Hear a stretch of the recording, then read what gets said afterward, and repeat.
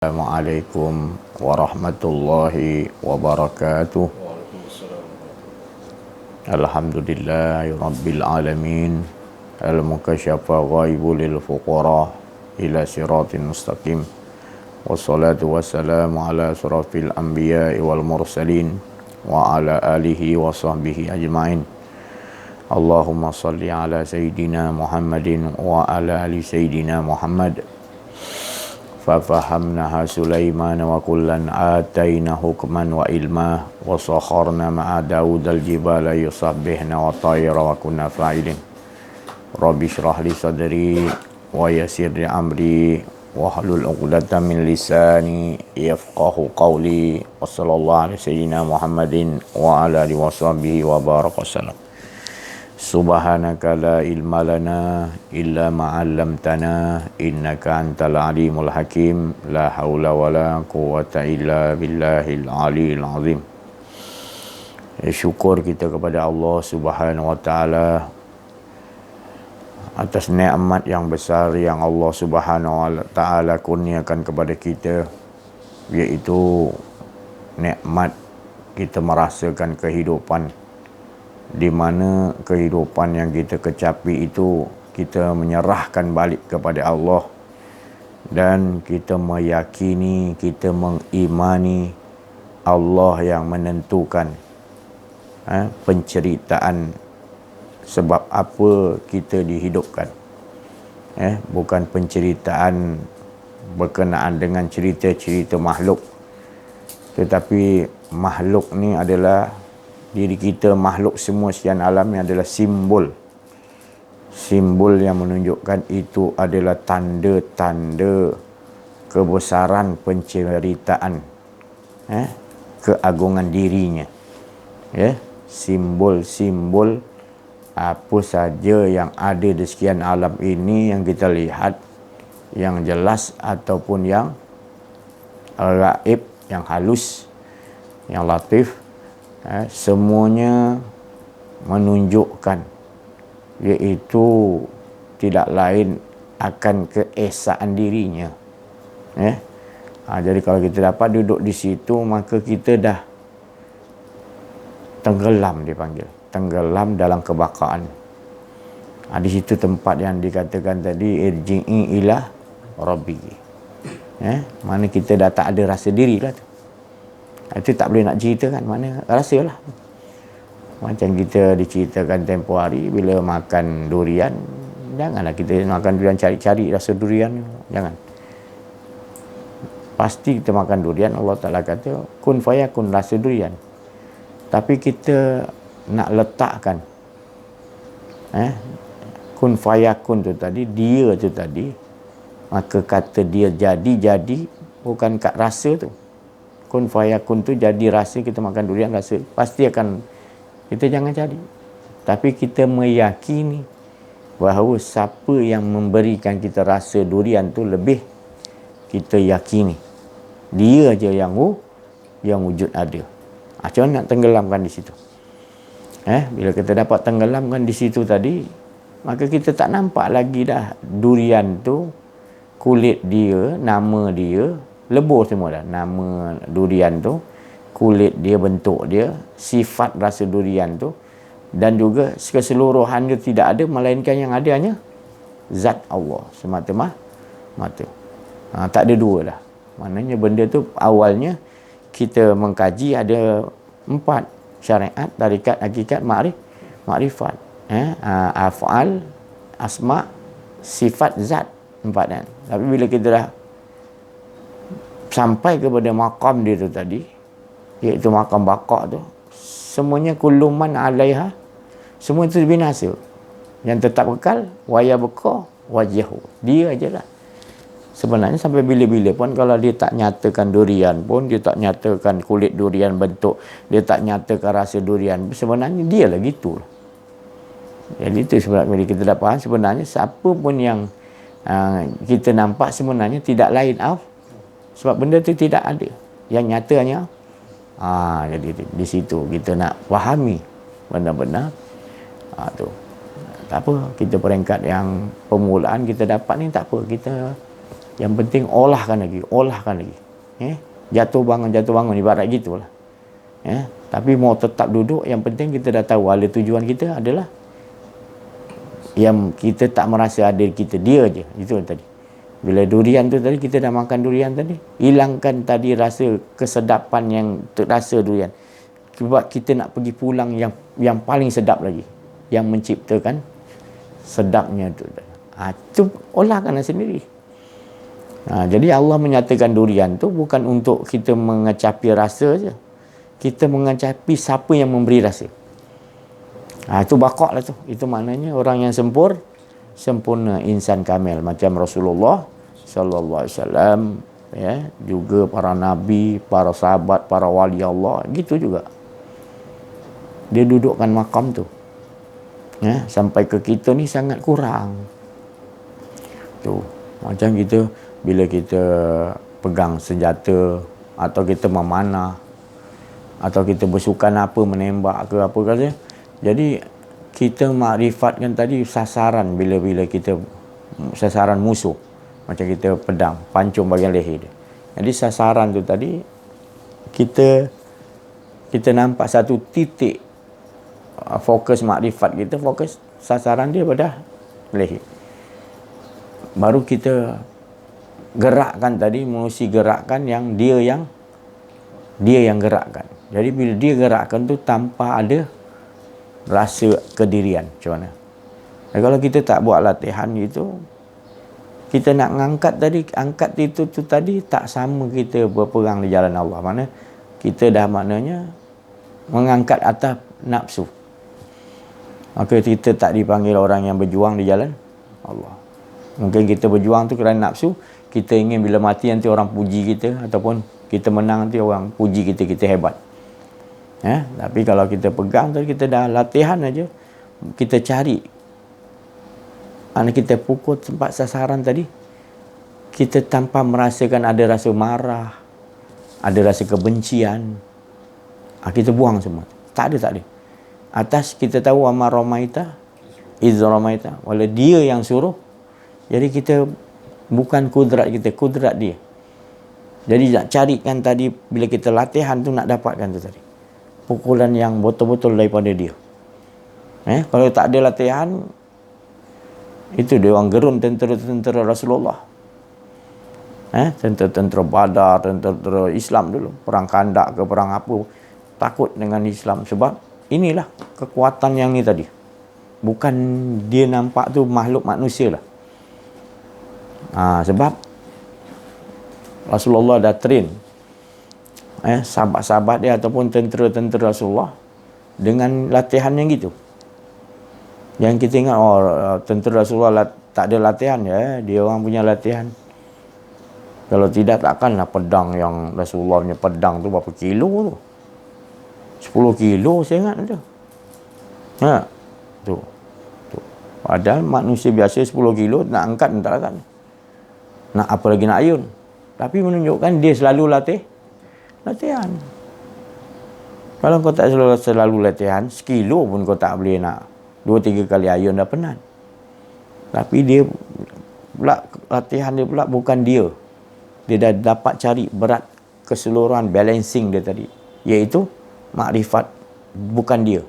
Dia dah pukul tadi, bukan dia dah. Latihan dia pun dah tenang dia.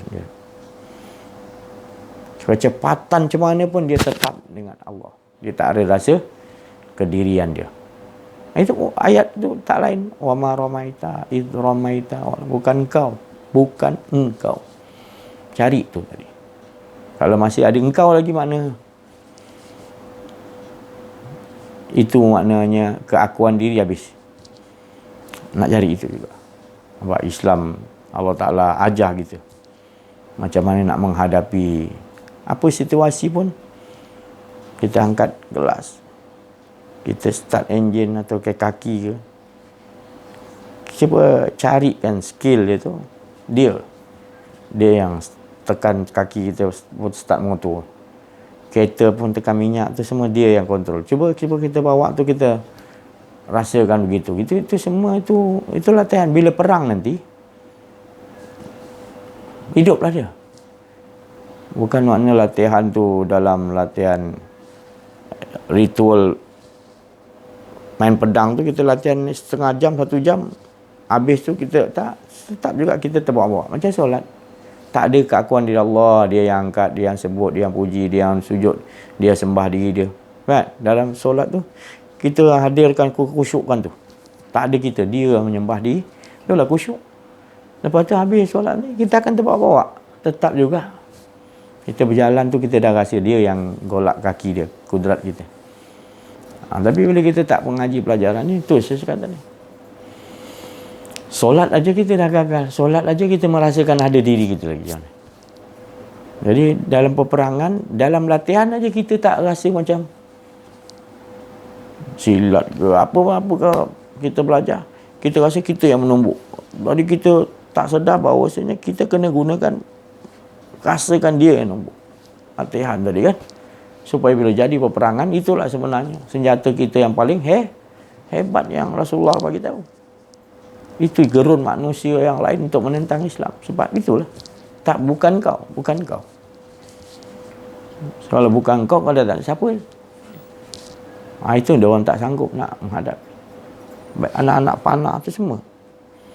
Kadang-kadang anak panah, para sahabat dan Rasulullah dah doa. Tarik anak panah tak habis-habis. Ada 20 kan tu. Lepas tu 20 orang habis lah kan. Ada, tarik. Sebab dia dah rasakan bukan anak panah dia semua. Jadi jangan dibilang lah. Kalau ada tu diam-diam lah. Macam dulu ada satu wali Allah. Wali Hasan di Kelantan kan. Meninggal lama. Orang cerita. Dia naik motor tak pernah isi minyak kat motor dia. Ya. Betul. Sebab dia tak betul. Allah yang dah isi kan. Allah kata isi lah. Kalau tak isi tak usah isi. Sebulan tak isi minyak. Jalan mana pergi. Jauh-jauh pun. Tu. Kali ada orang tegur. Kenapa tak isi minyak? Tak payah Allah. Ini dah lama tak isi. Buka kosong. Asal dia tegur oleh orang lain. Kalau orang lain tu tak tegur. Sampai bila pun dia bawa motor tu. Siapa punya? Itu yang kita maknanya kalau orang tak mengalami ni, dia tak tahu yang dikatakan Allah tu lebih berkuasa. Allah lebih berkuasa. Tanpa minyak pun Allah boleh gerakkan motor tu. Kalau ikut kita dah jalan mana-mana, isi RM3 motor Vespa tu patutnya dah. Patutnya dah apa? Kau tak?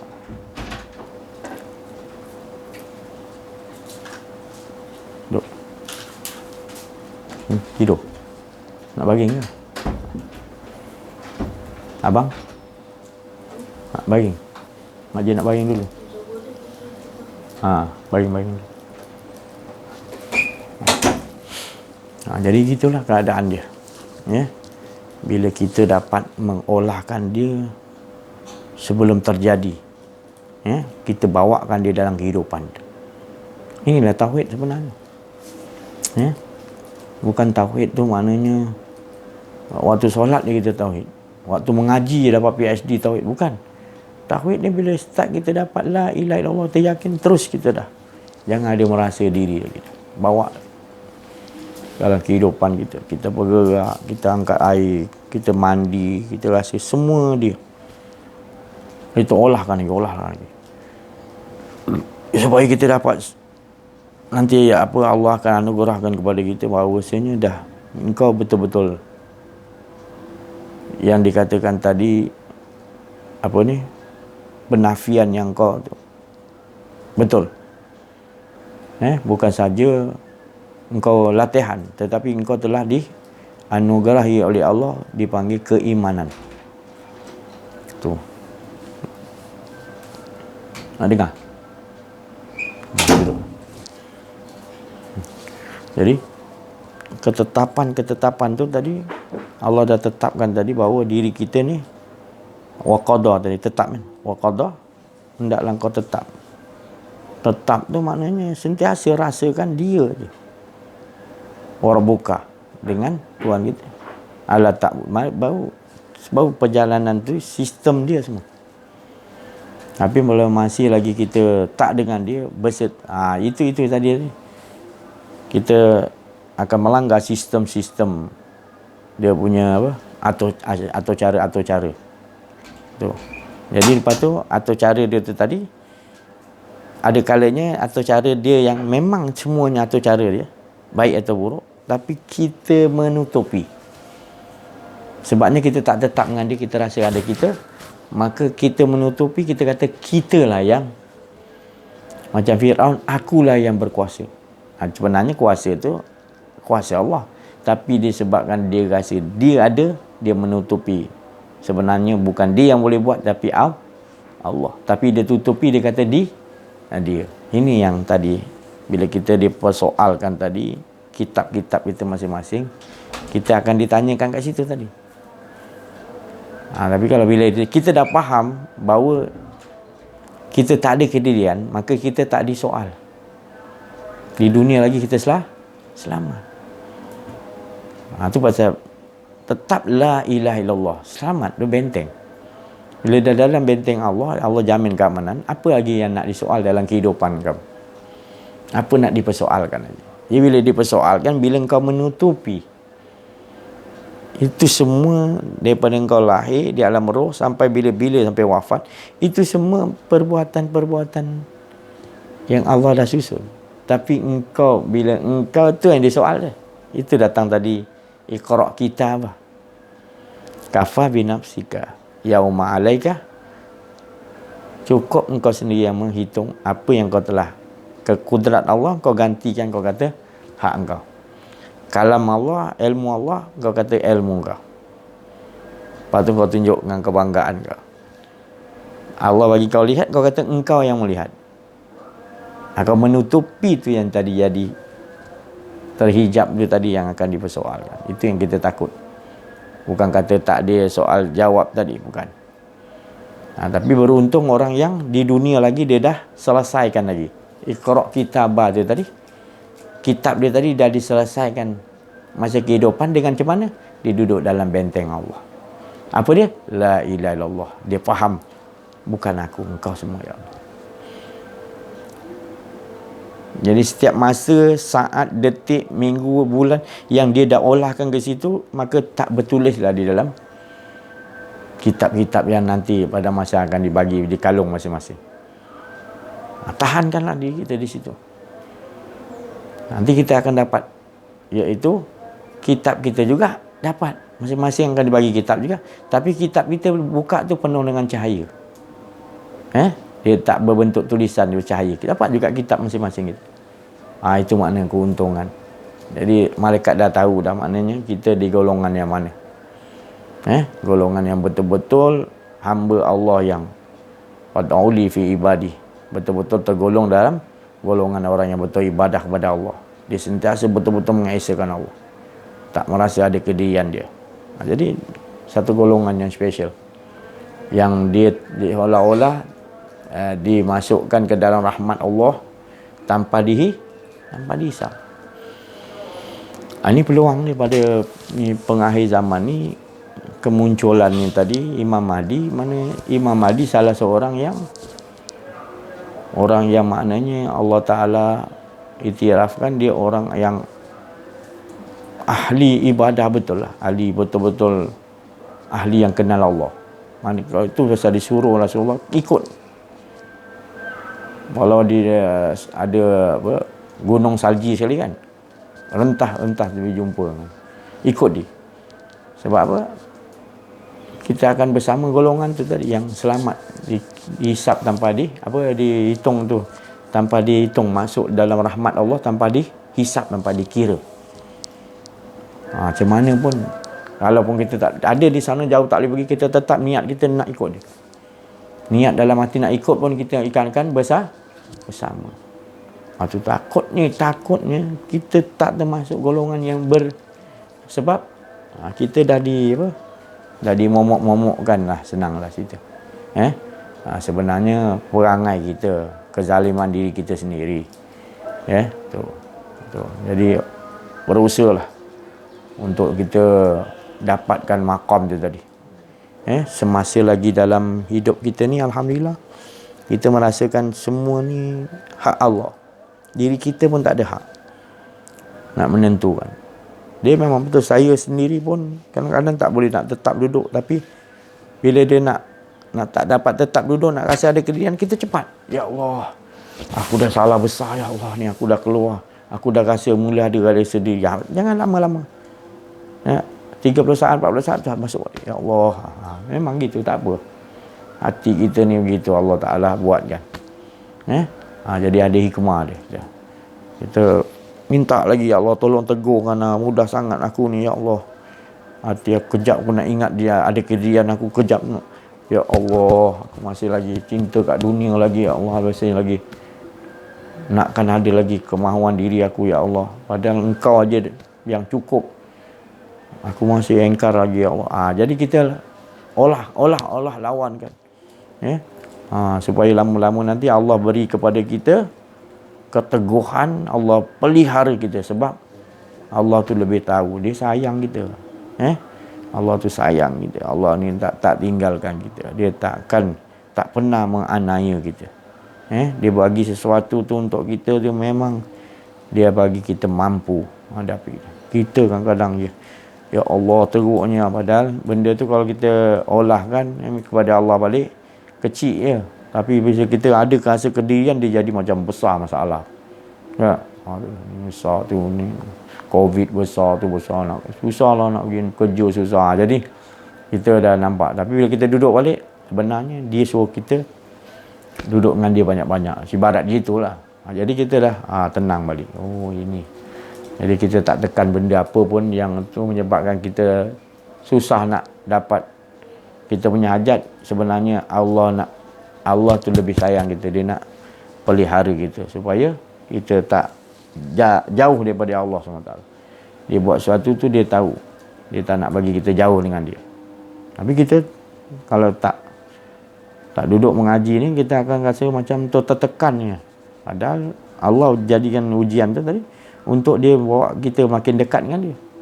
Kita belum dapat tahu hikmah dia, kita dah memprotes, berbalah. Dia kan tadi kita tetap lagi nak tak puas hati kita tadi, ketidakpuas hati kita tadi. Jadi itu sebenarnya kita nak olah dalam kehidupan kita. Sama-sama, bukan kata saya ni lepas. Jadi sama-sama kita hadapi tu dengan dalam keadaan gitulah. Tak ada cara lain. Tu tak kuat, cepat menjerit, ya Allah tolonglah, ya Allah aku dah terkeluar ni, macam mana ya Allah. Dia menjerit dalam hati kita, menjerit.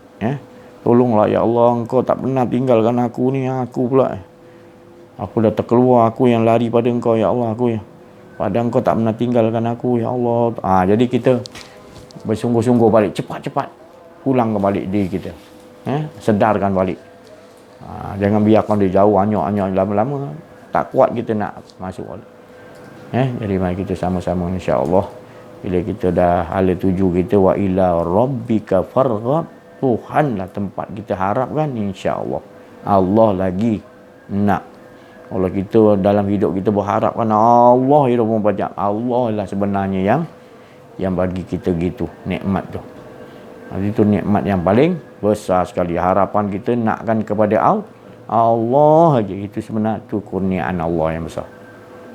Kita tak mau sedetik pun harapan kita pada diri kita, pada selain pada Allah Ta'ala. Kita nak Allah. Itu keberuntungan, insya-Allah. Wa ila rabbika farghab, insya-Allah.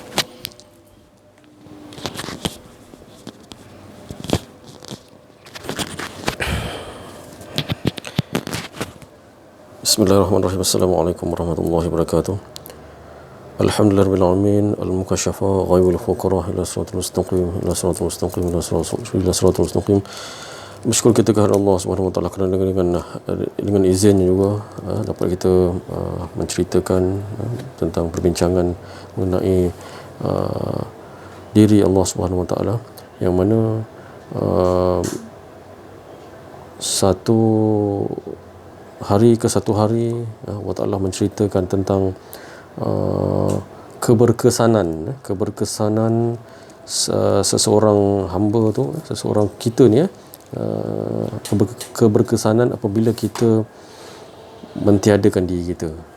Bila kita dah ceritakan sentiasa, Allah Ta'ala dah bagi faham, sentiasa kita dengar.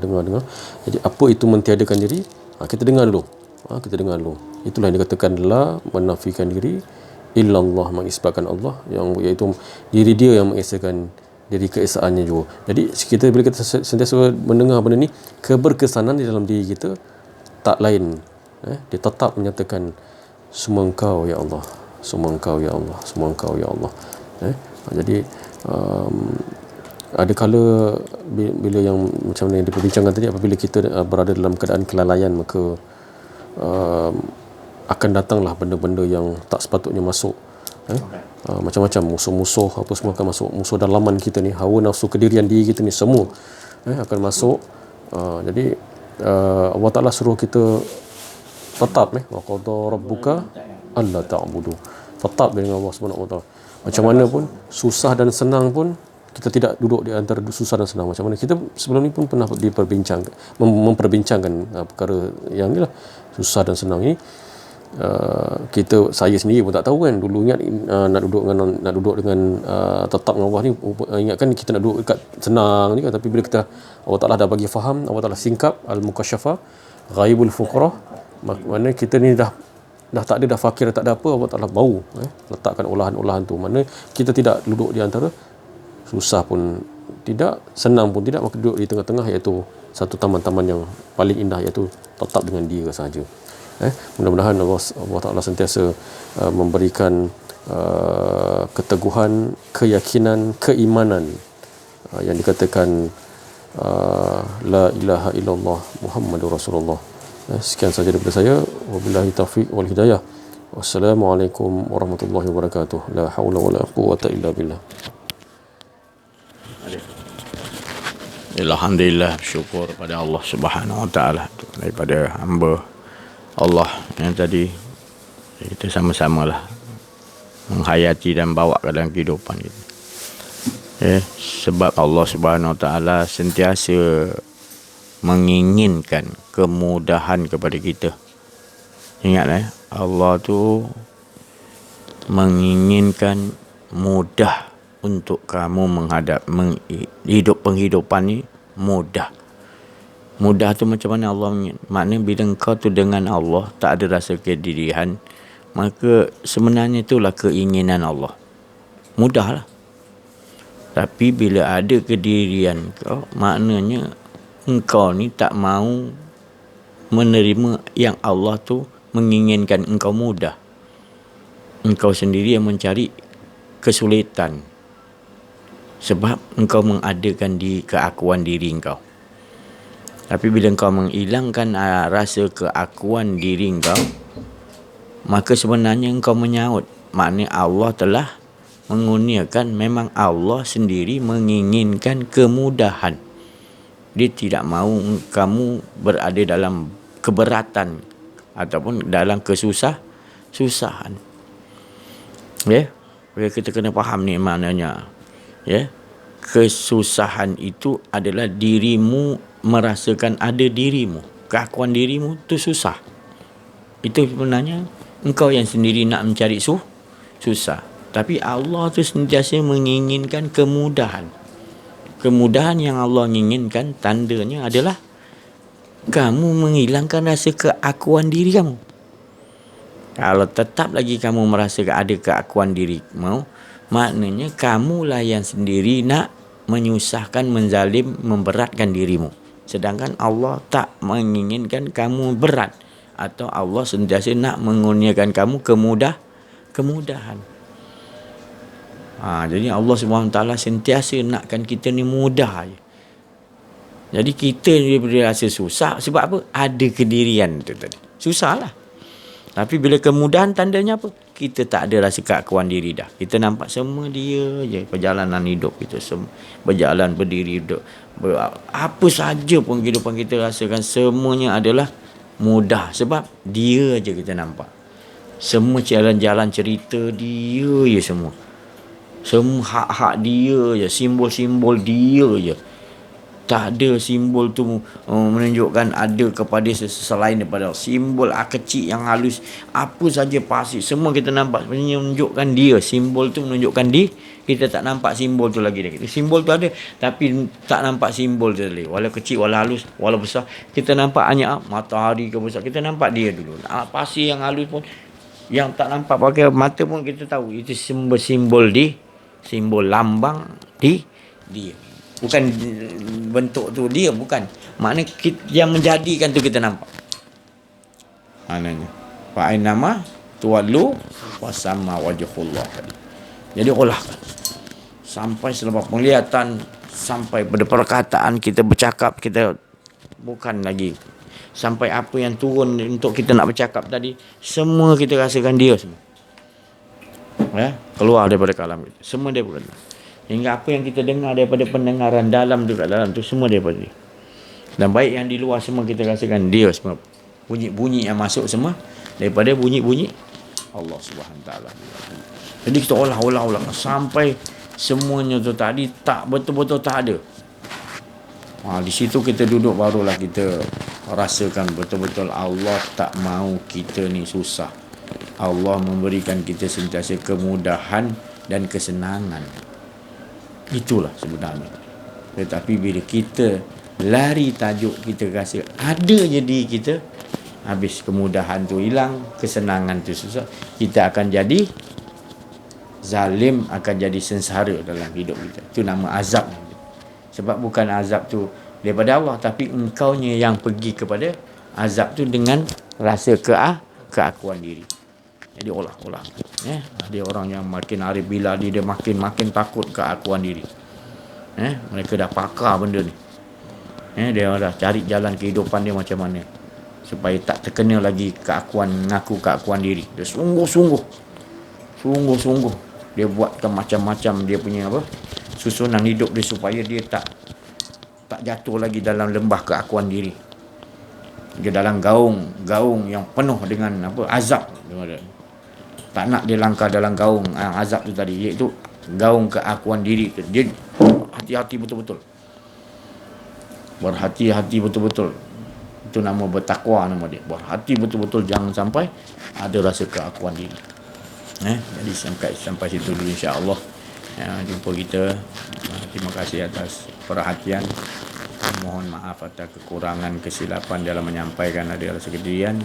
Wa'afu minkum wabillahi taufiq wal hidayah. Assalamualaikum warahmatullahi wabarakatuh.